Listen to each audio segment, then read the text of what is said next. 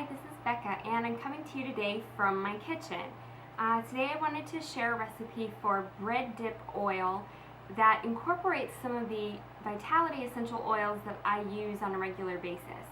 Now I've been making this recipe for a long time, even before I started using essential oils, and I brought the essential oils into this recipe later as a flavor booster, and since it's a recipe that I don't cook, all of the therapeutic properties of the essential oils are preserved, and I get to take advantage of those as well.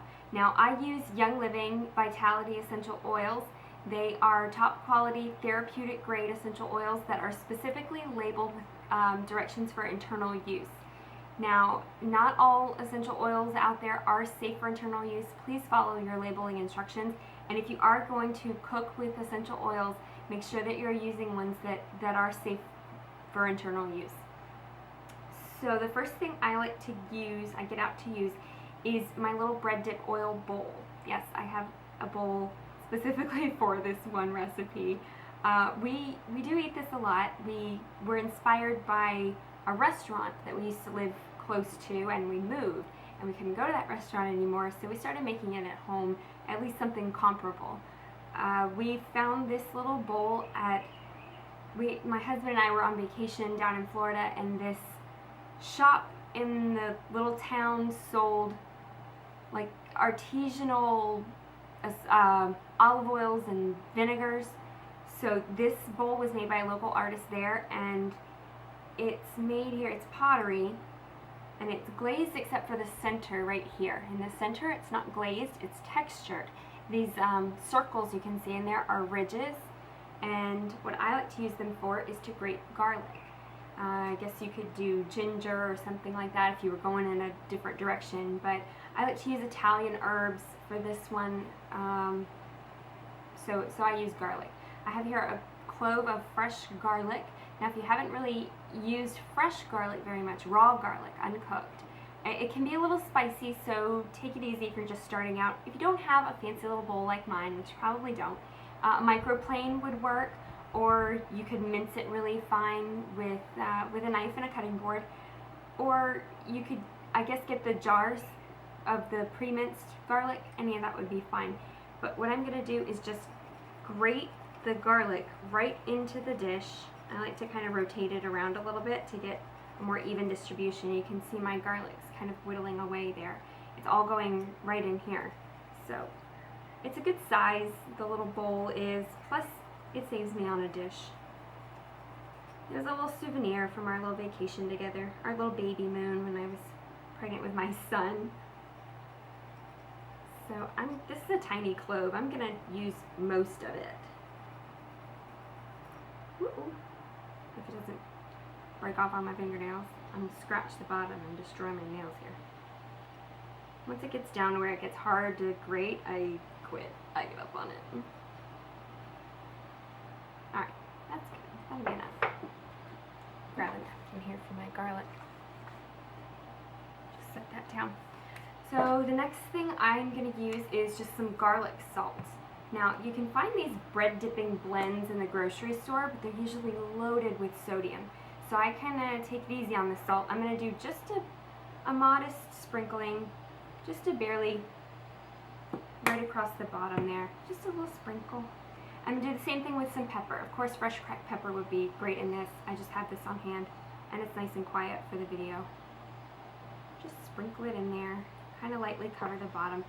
Now the next thing I'm going to use is my Italian herb blend. Now I mix this up myself, and I keep it on hand in an old spice jar. I get out a little 1/4 teaspoon, and I dole out 2 parts each of basil and oregano, and 1 part each rosemary, thyme, and parsley. And I combine them in this jar because like I said, we do eat this kind of a lot, but I also use it to make chicken with. And so since it's already all mixed in there, I don't have to get each spice out or each herb out every time I want to make it. So with this one, I'm going to do a very liberal coating here. I don't know if you can see down in there. I've got my salt, my pepper, and my herbs. And the next thing I'm going to do is top it off with olive oil. And now I have a fancy bottle for that too, but it cost me, my husband spending 2 months in Italy to get this bottle without me, thanks to the Navy. So I'm going to cover all of my herbs and spices. About a tablespoon, 1 to 2 tablespoons in there. So you can see it's looking tasty already. Now olive oil is a carrier oil, so you're safe there because a lot of these herb oils are hot oils and do require dilution. Now these are so strong and so hot that even for me, adding 1 drop is too much. So what I'm going to do, I'm going to show you this handy trick.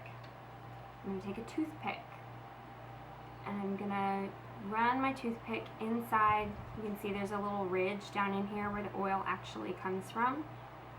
This big hole right here, that's an intake vent. But the little hole where the oil actually drips out of is down here.